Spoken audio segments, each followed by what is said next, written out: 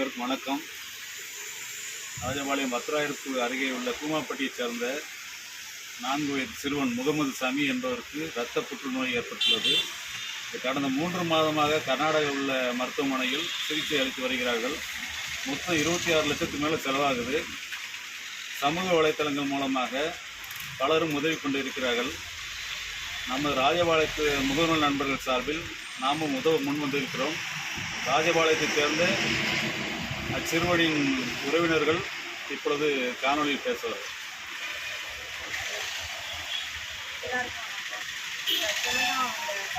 குழந்தைக்கு இரத்த புற்றுநோய் சிகிச்சை எடுத்துக்கிறாங்க. எல்லா மக்களும் ஹெல்ப் பண்ணுறாங்க.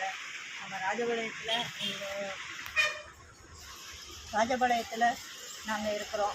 எங்களோட உறவினர்கள் தான் அந்த பையன். அதனால் எங்களுக்கு பகிர்வு அறக்கட்டளை மூலம் நண்பர்கள் மூலம்